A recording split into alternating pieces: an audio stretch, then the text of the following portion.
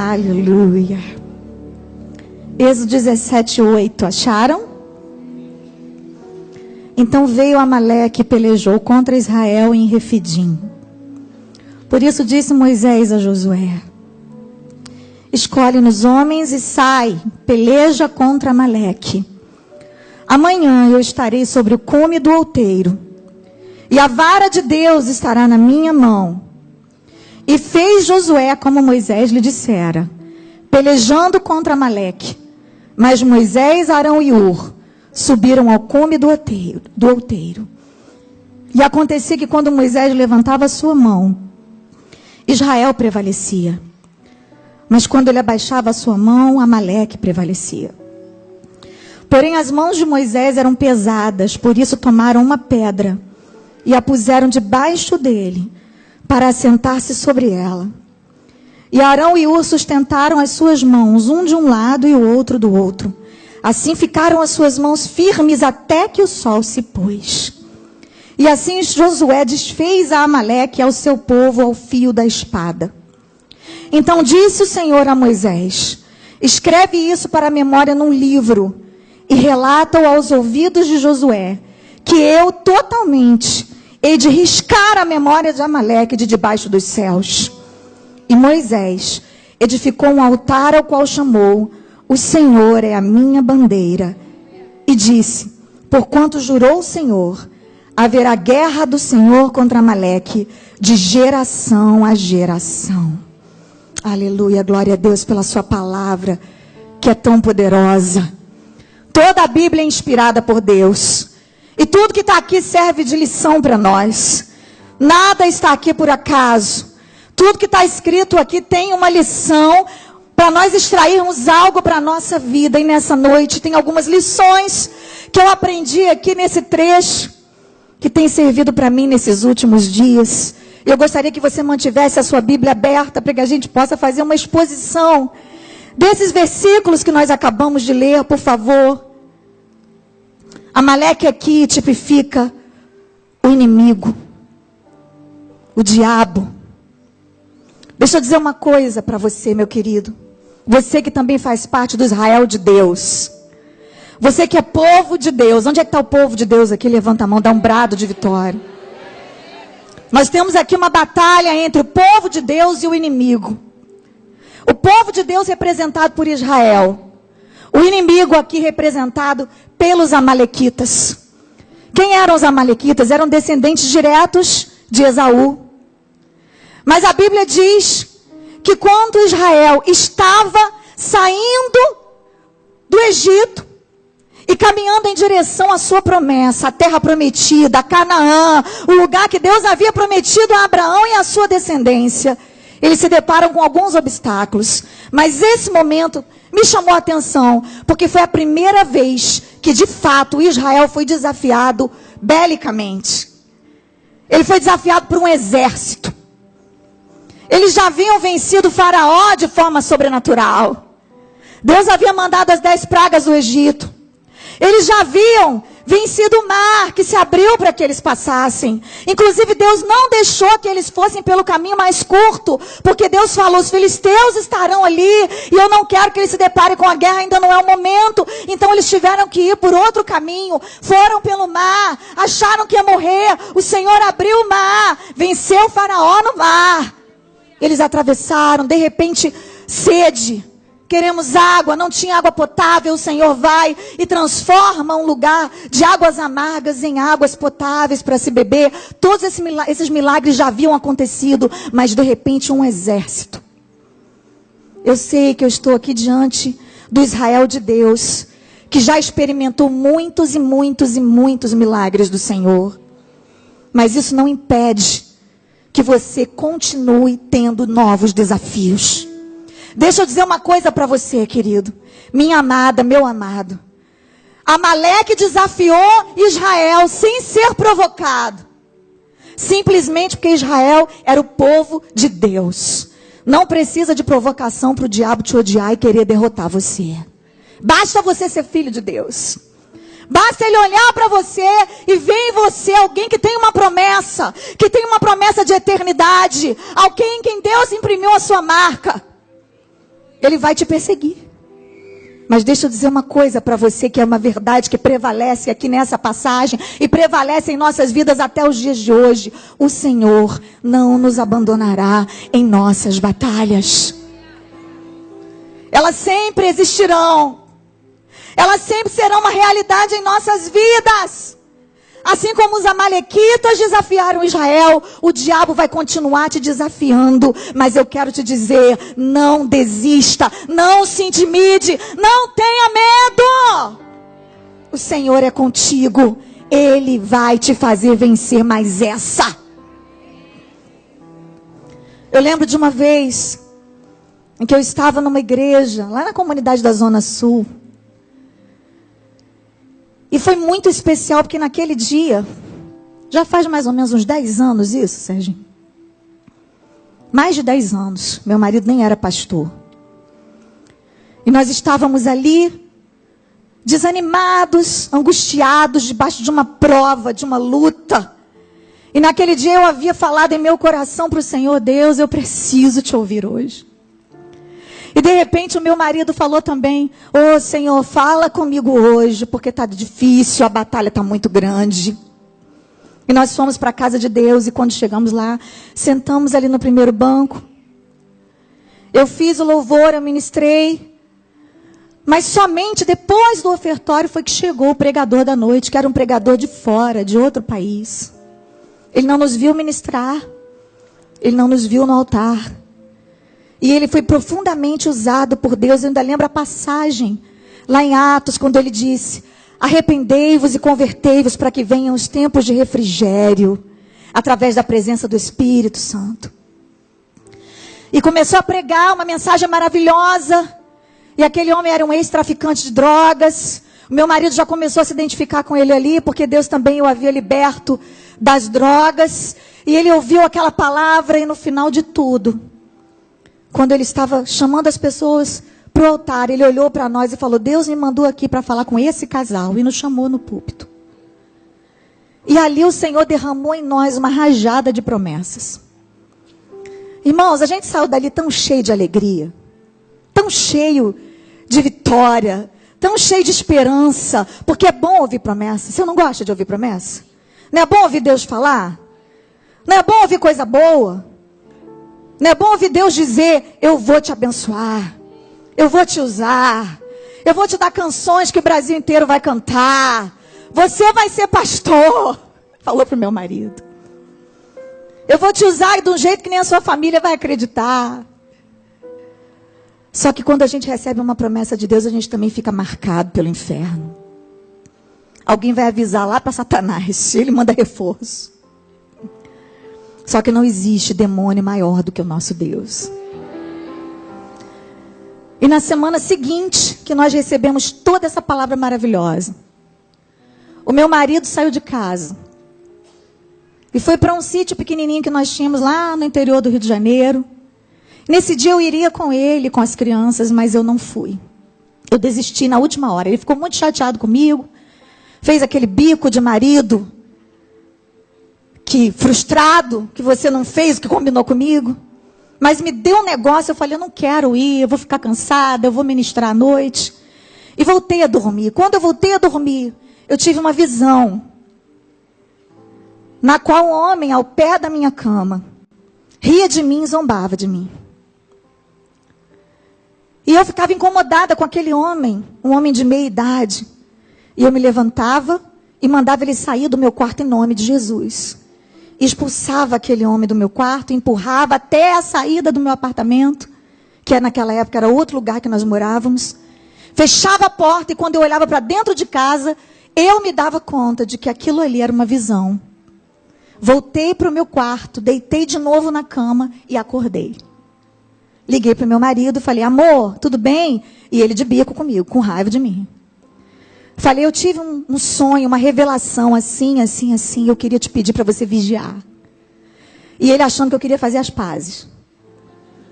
Eu falei: também quero fazer as pazes, mas eu queria te dizer que você tem que vigiar. Fica ligado aí com Deus, porque o diabo vai aprontar alguma hoje. E nesse dia o Espírito Santo falou comigo: você não vai ligar a TV? Você não vai ligar para ninguém para conversar. Você vai colocar o louvor mais alto que você puder, vai se ajoelhar e ficar orando. Foi isso que eu fiz. Eu fiquei de joelhos adorando ao Senhor em casa. E de repente, eu recebo um telefonema. Era o meu cunhado, que era coronel da PM, já estava lá ao lado do meu marido. Meu marido vinha numa via de mão única, dividida por um canteiro. Uma mão ia para o rio, outra mão voltava. Tinha uma divisão enorme. E um homem vinha a 120 quilômetros por hora na contramão, a muitos quilômetros. E o meu marido vinha dirigindo. Ele estava numa Pajero. Qual era o carro que ele estava, Serginho? Era uma caminhonete. Não era Pajero, não. Qual é o nome daquela outra? Toyota. Toda de ferro. O carro do meu marido teve perda total. Bateu de frente com esse homem. Infelizmente, o homem morreu na hora. Ele estava completamente errado, outro homem, vindo numa via de mão única, na contramão, e um motoqueiro do lado de lá gritando para ele que era a contramão. Ele não deu a mínima atenção. Infelizmente, aquela vida foi ceifada. Um homem de meia idade, que provavelmente estava tirando a própria vida, eu não sei o que era. Eu sei que Deus poupou meu marido. Deus poupou meu marido. Porque quando Ele quer, Ele poupa. Quando Ele quer, Ele dá o livramento. Quando Ele quer, o diabo pode mandar o reforço que for, que não vai conseguir tocar. Eu creio em algo que se chama soberania de Deus. Eu creio que Deus está no controle da minha vida. Esse é o Deus que eu sirvo. E o meu marido foi poupado. Só deu um rachadinho aqui no nariz, um hematomazinho na barriga.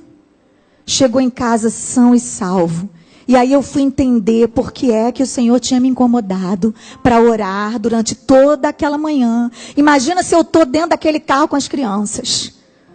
O estrago podia ter sido pior. Mas o Senhor nos livrou. E o Senhor continuará livrando a todos que Ele quiser. E o Senhor continuará exercendo o seu poder e o seu direito de soberania sobre nós. Porque Ele sabe exatamente o que fazer conosco. Você acredita nisso? Você confia nessa palavra? Você concorda comigo? Que Deus não nos desampara em nossas batalhas. Então Moisés disse a Josué: escolha alguns dos nossos homens e lute contra os amalequitas. Escolha, Josué. Estamos falando aqui de escravos recém-libertos, um povo sem poder bélico, um povo que não sabia lutar, que mal sabia embanhar uma espada. E Moisés fala: Josué, escolha. Mesmo assim, escolha. E o Senhor está dizendo para você aqui, na hora da sua batalha, escolha quem vai andar do seu lado. Cuidado com quem você vai andar na hora da guerra, porque essa pessoa pode te botar a perder. Dependendo do que você ouvir, dependendo do grupo do qual você faz parte no WhatsApp, dependendo do seu ânimo para ir para a casa de Deus ou não. Tem gente agora que está na moda assistir o culto só pela internet. Esqueceu que aqui é o lugar que Deus ordena a bênção. Se você está enfermo, está debilitado, não pode vir, eu compreendo. Mas se você pode ir para a casa de Deus, querido, não se prive disso. Esteja cercado de guerreiros. Todo mundo aqui é guerreiro. Todo mundo aqui faz parte do mesmo exército. Todo mundo aqui está na luta.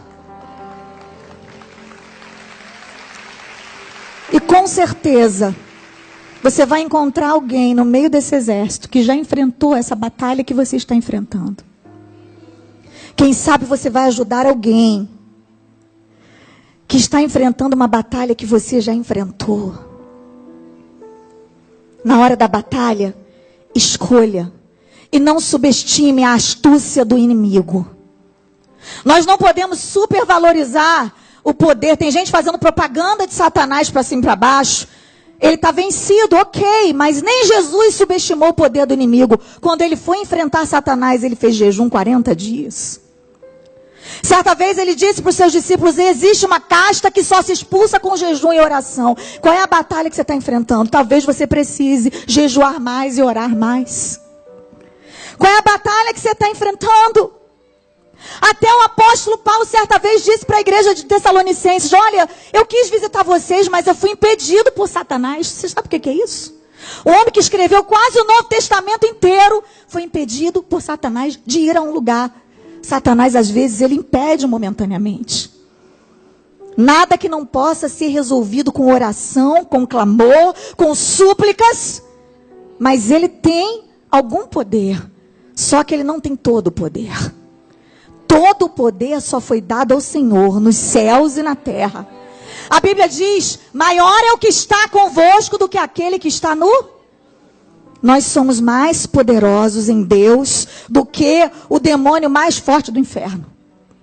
Se nós estivermos escondidos em Deus. Então, amado, não subestime o poder do inimigo. Mas também não pense que ele é invencível. Não tem a malequita que vença o povo de Deus em direção a uma promessa que Deus fez. Quem tem promessa aí? A Bíblia diz em Efésios 6,12: não temos que lutar contra a carne ou sangue, mas contra os principados, contra as potestades, contra os príncipes das trevas desses séculos, contra as hostes espirituais da maldade nos lugares celestiais. E fala da armadura de Deus que nós temos que vestir. Deixa eu dizer uma coisa para você. A armadura de Deus não é um amuleto. A armadura de Deus não é algo que você faz simbolicamente. Eu vou colocar o capacete, eu vou colocar o cinto, eu vou colocar aqui os sapatos da salvação e vou sair, o diabo não me toque, eu declaro. A armadura de Deus é uma atitude, é uma postura. O diabo não toca realmente naquele que é de Deus. Eu continuo crendo nisso. Eu continuo pregando isso. Porque está na Bíblia. E tudo que está na Bíblia é verdade. Tudo que está na Bíblia é real. Tudo que está na Bíblia vale para mim. Eu não vou parar de dizer a verdade. Posicione-se como guerreiro. Onde estão os guerreiros desse exército aqui? Quem é que está enfrentando alguma luta aí? Você já venceu em nome de Jesus. Só que a Bíblia diz que Josué foi para a batalha lutar. Mas Moisés, Arão e Ur subiram ao alto da colina. Está no verso 10. Moisés foi para o monte. Lugar privilegiado. Lugar de visão aguçada. Tem batalha que é no monte, tem batalha que é no vale. Davi venceu Golias no vale, mas Moisés venceu os amalequitas no monte. Tem gente querendo lutar no vale quando Deus está mandando ele ir para o monte. Tem gente que já passou o tempo do vale, mas ele não quer ir para o monte. Ele quer continuar no vale. Existem estratégias diferentes de Deus para diferentes tipos de batalha. Qual é a batalha que você está enfrentando? Pergunte a Deus qual é a estratégia que Ele te dá. O Senhor tem uma armadura preparada para você, que só cabe em você. Davi vestiu a armadura de Saul e ficou grande, ficou esquisito, ficou pesado. E ele disse: não é assim que eu vou vencer. O Senhor vai te revelar quais são as armas que você vai usar nessa batalha em direção à sua promessa. Não subestime a direção do Espírito Santo nessa batalha. E Moisés foi para o monte. Vamos permitir, amados, que o Senhor nos conduza na hora da nossa batalha. Vamos permitir que Ele nos carregue em seus braços. Vamos permitir que Ele nos diga como agir, de que maneira nos comportar, o que fazer. O Senhor tem uma direção para nós. Qual foi a direção que Moisés recebeu? Está aqui no verso 11. Enquanto Moisés mantinha as mãos erguidas, os israelitas venciam. Quando, porém, ele baixava as mãos, os amalequitas venciam. Moisés se posicionou como um adorador, como como alguém que diz, eu me rendo. O que você faz quando um assaltante chega diante de você? Levanta as duas mãos. Eu me rendo. O que você faz quando a polícia chega diante de você para te revistar? Calma, pode revistar. Levanta as mãos. Eu me rendo. Pode fazer como você quiser. O que a gente faz diante de Deus, então, o Todo-Poderoso? Quando a gente está diante de uma batalha que não tem como a gente vencer, a gente levanta as mãos em sinal de rendição e adora a Deus. E diz, Senhor, eu declaro que eu aceito a tua vontade. Eu me rendo. Eu não tenho para onde correr. Ô Senhor, para onde iremos nós se só tu tens as palavras de vida eterna? Eu não tenho para onde ir. Queridos, nós temos vivido tempos tão difíceis, nos quais a presença de Deus não é uma alternativa. A presença de Deus é a única opção que nós temos. Deixa eu dizer para você, querido, você que está vivendo no mundo, nesse tempo que se chama hoje, esse tempo que precede a volta de Jesus, não tem como você viver mais uma vida superficial. Não tem mais como você se conformar com esse evangelhozinho, sem profundidade, raso. Tem hora que Deus manda mesmo uma batalha para a gente aprender a mergulhar nele. Mas tem pessoas que ao invés de mergulhar em Deus, mergulham na dor. Se agarram às suas próprias frustrações. E nós sempre vamos nos deparar com frustrações. Eu posso dizer uma coisa para vocês? A depressão é muito atraente. A depressão é um caminho fácil. Mas nessa noite eu vim aqui para te convocar a não se render à depressão e à frustração. Porque existe um Deus que quer te ver vencer essa batalha. No alto do monte, com as mãos erguidas, adorando e envergonhando Satanás. Tem coisa mais linda do que Deus mostrar para o diabo, olha ali, tem um adorador ali. Ah, mas ele está te adorando porque tem tudo. Não tem não. Ele perdeu algumas coisas, mas ele continua me adorando. Ele escolheu me adorar.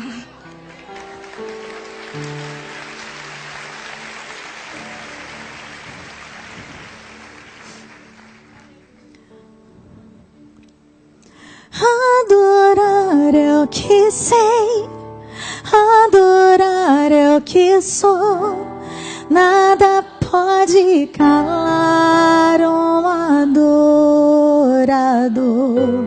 Não existem prisões que contenham a voz de quem te adora. Troque a sua angústia pela presença de Deus. Troque a sua dor pela presença de Deus. É uma troca justa. Eu tenho trocado. A oração que eu mais tenho feito para Deus no meu quarto é: Deus, eu troco a minha angústia pela tua presença. Senhor, eu quero a tua presença como eu nunca tive. Eu quero a tua presença como eu nunca experimentei, Deus. Por que você não aproveita para extrair o melhor dessa dor que você está vivendo, querido? Eu te desafio a isso hoje. E quem está falando aqui é alguém que está sofrendo, mas que está vencendo. Assim como você. Uma vez uma menina chegou para mim e falou assim: eu tinha tanta raiva de te ver ministrar. Porque quando você cantava aquelas canções, e eu tinha uma mãe drogada no meio da rua, eu ficava dizendo assim: aquela canção era para eu cantar, porque ela não sabe o que eu estou passando. Ela não sabe o que eu estou vivendo. E depois ela descobriu que Deus havia tirado meu marido das drogas e que durante algum tempo eu vivi esse calvário, essa luta com meu marido. E ela ficou tão envergonhada que ela veio me pedir desculpas. Eu falei: você não tem que me pedir desculpas. É que quando a gente vê alguém no púlpito, a gente tem a tendência de imaginar que aquela pessoa tem uma vida perfeita, que nada atinge, que nada alcança, que ele é intocável. Deixa eu dizer uma coisa para você, querido. Nós não somos blindados das lutas e adversidades do dia a dia. Realmente, aquele que é de Deus, o maligno não lhe toca. O maligno não tem o poder de levar um filho de Deus para o inferno. Ele está coberto pelo sangue de Cristo. Mas pessoas morrem, pessoas adoecem. Pessoas ficam enfermas. Pessoas crentes vão à falência. E eu não vim aqui pregar o evangelho da derrota, mas eu vim aqui dizer para você que já perdeu algumas coisas na vida. Coloque os seus olhos naquilo que Deus ainda tem para você no futuro. Deus nunca vai nos dar todas as respostas. Se nós soubéssemos tudo sobre Deus, Ele não seria o nosso Deus, nós seríamos o Deus dele. Se nós tivéssemos todas as respostas para as crises do mundo e para as injustiças que acontecem ao nosso redor, nós seríamos Deus. Talvez um dia Deus nos explique na eternidade. Talvez nós nem queiramos mais saber. A gente tenha mais o que fazer. Eu só sei de uma coisa. Que Deus é Deus, apesar da minha dor. Deus é Deus, apesar das minhas lutas. E o que seria de mim se não fosse a presença de Deus na minha vida nesse tempo? A Bíblia diz que Moisés foi para o monte com Arão e Ur. E quando as mãos dele ficavam cansadas, porque a luta cansa. Porque acreditar cansa às vezes. Porque ficar de pé com as mãos erguidas adorando na adversidade cansa. E não tem nenhum super-herói aqui no altar. Tem hora que não dá vontade de ir para a casa de Deus. Tem hora que não dá vontade de orar, porque a gente não acredita nem que Deus está ouvindo. Parece que Deus tirou férias. Mas eu não vivo do que eu sinto. Eu vivo do que eu creio. Esses dias eu cheguei numa igreja e uma mulher me perguntou. Eu perdi o meu filho há 3 anos e meio, ela disse. E eu estou inconsolável. Eu queria saber por que Deus não me dá uma gota dessa graça que Ele está derramando sobre a sua vida. Porque você só posta coisa boa. Eu falei para ela, querida, eu não posto tudo que eu sinto. Eu posto tudo que eu creio.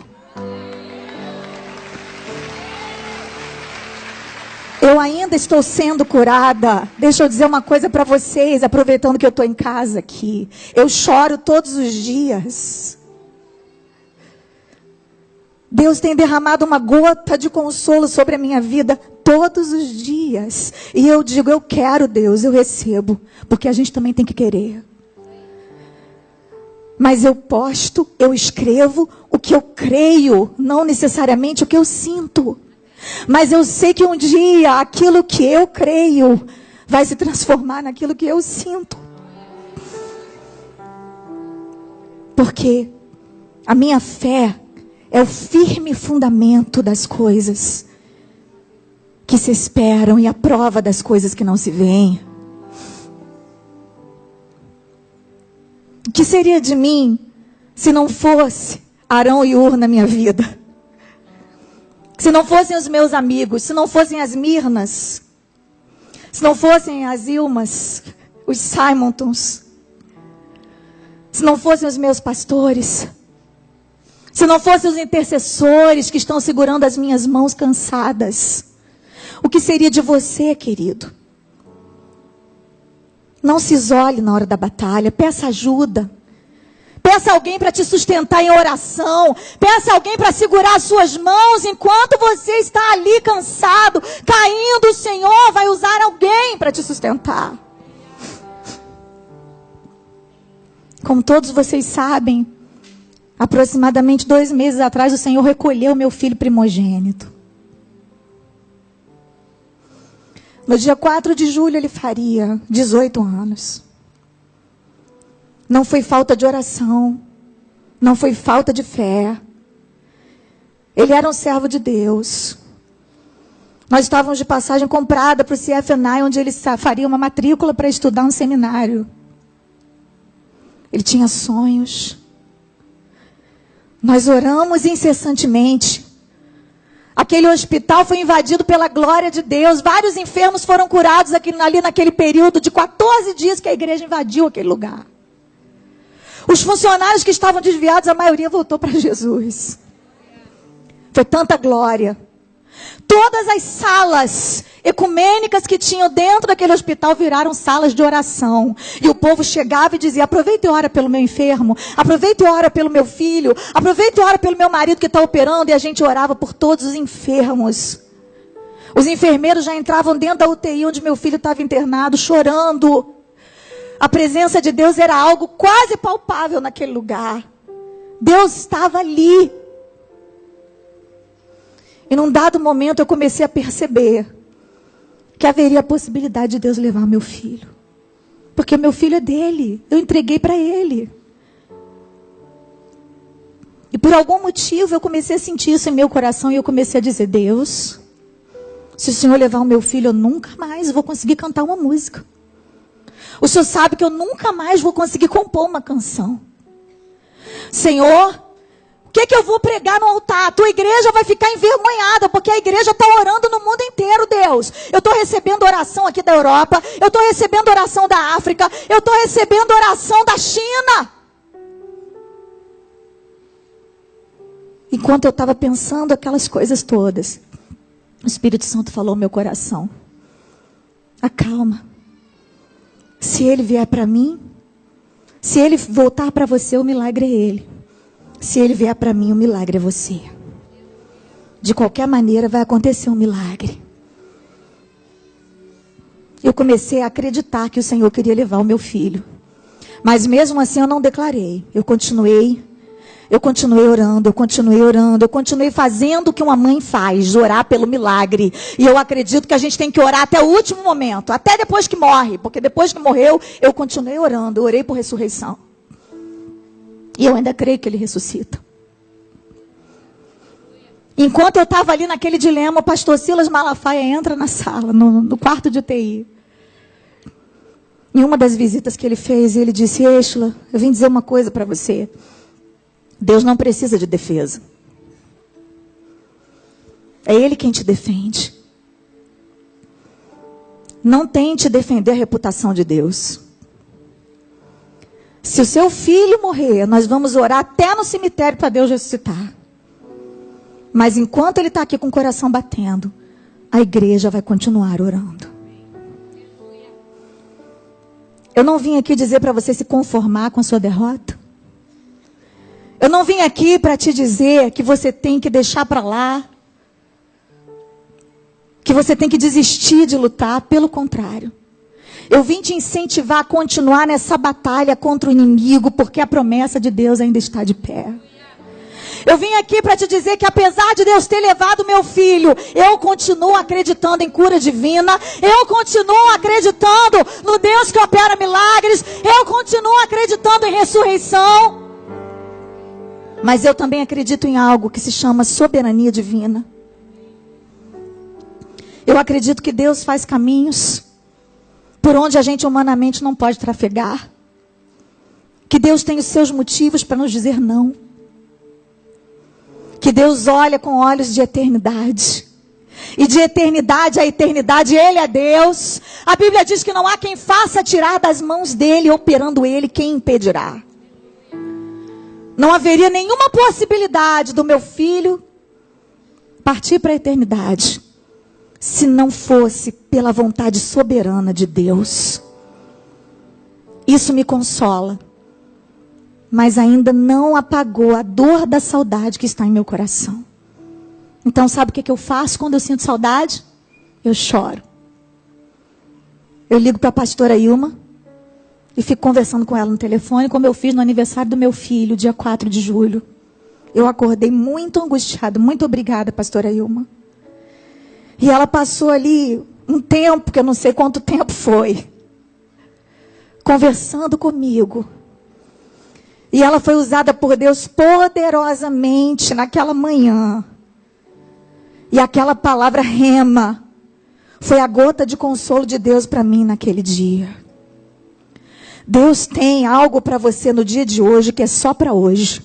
É só para você que veio até aqui.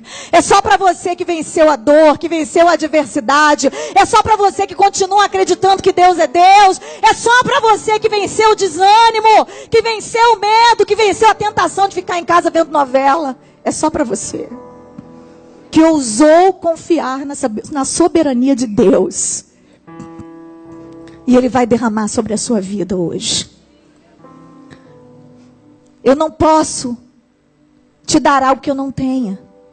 Mas a Bíblia diz: bendito seja Deus e Pai de nosso amado Salvador Jesus Cristo. Deus de toda misericórdia, Pai das consolações, que nos consola em nossas tribulações, para que nós também possamos consolar os outros que estão passando pelas mesmas tribulações que nós. Eu tenho me deparado com tantas mães enlutadas. Eu tenho me deparado com tantas pessoas angustiadas, desesperadas, que desistiram de viver.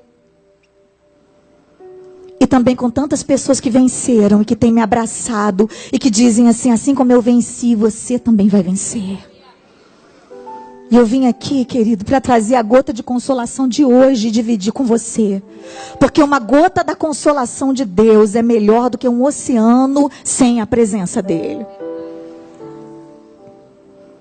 Eu vou encerrar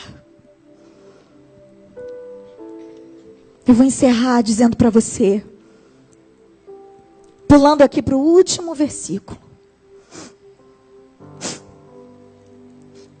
Moisés construiu ali, naquele lugar onde ele venceu os amalequitas, finalmente, um altar. E chamou aquele lugar de O Senhor é a minha bandeira. Repita essa frase. O Senhor é a minha bandeira. O que é uma bandeira? É um símbolo visual representativo de uma nação. A bandeira define quem é o seu povo, de onde você é. A bandeira é um símbolo. A bandeira tem uma voz. Se uma bandeira está de cabeça para baixo, pode significar que aquela nação está se rendendo a outra nação numa batalha. Se uma bandeira está erguida a meio mastro, significa que aquela nação está de luto. Ou se ela está com uma fita preta. A bandeira tem uma voz. A bandeira tem um hino. Da mesma maneira, nós pertencemos à nação celestial. Nós também temos uma voz. Nós temos um rei, um dono. Nós temos um hino de louvor e adoração a esse rei. Fica de pé no seu lugar, querido. Geração eleita, sacerdócio real, nação santa, povo escolhido para anunciar as grandezas daquele que nos tirou das trevas para a sua maravilhosa luz. É isso que você é. Essa luta que você está vivendo não te define. O que te define é a sua bandeira. O que te define é o sangue de Cristo que está sobre a tua vida. E quando o diabo olha para você, ele vê a tua bandeira. Ele vê o sangue de Jesus que te purifica de todo pecado. Ele sabe que você tem um dono. Então, se você está enfrentando o pior momento da sua vida, o diabo tem que te respeitar mesmo assim. Ele não pode passar por cima de você igual um trator. Mas é preciso que você entregue para Deus a soberania da sua vida. É preciso que você aceite a vontade do Senhor. É preciso que você se renda. É preciso que você entregue a sua vida a Deus. É preciso que você se esconda atrás dessa bandeira que é o sangue de Cristo. E assim, o inferno vai saber quem você é. E eu não estou dizendo que você não vai passar por adversidades e lutas. Enquanto estivermos aqui, teremos tribulações. Que diremos, pois, acerca dessas coisas? Se Deus é por nós, quem será contra nós? Aquele que nem mesmo ao seu próprio filho poupou, antes o entregou por nós, como não nos dará também com ele todas as demais coisas? Quem tentará acusação contra os eleitos de Deus? É Deus quem os justifica. Quem os condenará? Foi Cristo quem morreu, antes quem ressuscitou dentre os mortos, está à destra de Deus e intercede por nós. Quem nos separará do amor de Deus? Será a tribulação, a angústia, a perseguição, a fome, a nudez, o perigo, a espada? Pois como está escrito, fomos entregues à morte todos os dias. Querido, você não sabe do dia de amanhã. Cemitério não é lugar só de gente velha. Todos os dias qualquer um pode morrer. Você está preparado para encontrar com Deus? Fomos reputados como ovelhas para o matadouro. Mas a Bíblia diz que em todas essas coisas nós somos mais do que vencedores por meio daquele que nos amou. Porque eu estou certo de que nem a morte, nem a vida, nem os anjos, nem os principados, nem as potestades, nem o presente, nem o porvir, nem a altura, nem a profundidade, nem qualquer outra criatura poderá me separar do amor de Deus que está em Cristo Jesus. Você está sofrendo? Não deixe esse sofrimento te separar do amor de Deus. A única coisa que pode te separar do amor de Deus é o pecado. Não é que Deus para de te amar. É que você se separa dele por vergonha. O amor dele permanece intacto. A questão é que você se exclui desse relacionamento de intimidade com ele. Porque o que faz separação entre nós e o nosso Deus é o pecado contínuo. Mas quando nós nos arrependemos, um novo e vivo caminho estabelecido. E a partir desse momento, nada pode nos separar do amor de Deus. Nessa noite existe um caminho preparado para você que quer correr até o coração de Deus. Você que quer experimentar essa força. Êxola, de onde vem a tua força? Vem do Senhor. Ele é o meu refúgio e fortaleza. Ele é o meu socorro bem presente na hora da angústia. Ele é aquele que sustenta as minhas mãos. Ele é aquele que me adestra para essa batalha. Mas eu não sou uma privilegiada. Nem na hora das lutas. Nem na hora das vitórias, que também virão para mim. Porque as lutas que eu vivo hoje não vão apagar o que Deus já fez por mim. E muito menos aquilo que Ele ainda vai fazer. Sua vida começa hoje. Assim como a minha. Todos os dias a minha vida está começando de novo. E eu estou reaprendendo a viver com essa nova realidade que Deus me permite. Mas se eu estou viva, Deus tem algo para mim. Deus tem algo para você que está vivo, que está aqui. O meu primeiro convite é para você que quer entregar sua vida para Jesus. Saia do seu lugar agora, com ousadia. Você que quer se reconciliar com Deus. Ou você que quer entregar o seu coração para Jesus nessa noite e aceitá-lo como seu único e suficiente Salvador. E eu quero declarar que nada nem ninguém pode te prender aí no seu lugar. Pode vir. Pode vir. Eu estou esperando você vir. Não consigo ir além do teu olhar. Tudo que eu consigo é imaginar a riqueza que existe dentro de você. Pode vir. O ouro eu consigo só admirar isso, mas te olhando eu posso a Deus adorar. Tua alma é um bem que nunca envelhecerá. O pecado não consegue esconder a marca de Jesus que existe em você. O que você fez ou deixou de fazer não mudou o início. Deus escolheu você.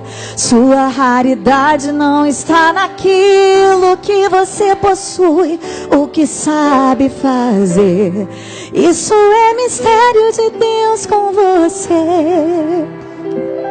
Você é um espelho que reflete a imagem do Senhor. Não chore se o mundo ainda não notou. Já é o bastante Deus reconhecer o seu valor. Você é precioso, mais raro que o ouro puro de Ofir. Se você desistiu, Deus não vai desistir. Ele está aqui para te levantar. Se o mundo te fizer cair. Ainda falta você aí na galeria. Vai ficar com preguiça de descer a escada? É mais fácil descer até aqui do que subir de novo, gente. Desce, vem. Olha para alguém aí do seu lado, ainda que seja sua mãe, e diz: se você tiver sem coragem, eu te levo até lá. Eu sou Arão e Ur na sua vida hoje. E traz essa pessoa até aqui. Às vezes ela está com vergonha. Está deixando para amanhã. Você não sabe o que vai ser da sua vida amanhã, querido. Você não sabe. Você não tem poder sobre a vida e a morte. Você não sabe. Eu estou deixando a oportunidade aberta porque esse é um momento tão especial. E eu ainda tenho algum tempo ali no relógio. E esse talvez seja o momento mais importante de todos. É o momento em que o céu está preparando uma festa. Não tem festa no céu paralítico que anda. Não tem festa no céu quando alguém ganha na loteria. Não tem festa no céu quando alguém paga uma dívida. Mas tem festa no céu quando um pecador se arrepende.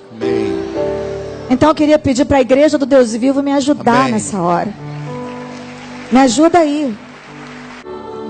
Senhor, nós sabemos que não há cadeias onde há adoração. Enquanto o teu povo te adora, nós te pedimos: quebra todas as cadeias, Senhor. Quebra todas as cadeias que prendem essas pessoas. Nós declaramos que elas estão livres para tomar a melhor decisão das suas vidas. Oh, Senhor, nós queremos ouvir barulho de cadeia quebrando agora.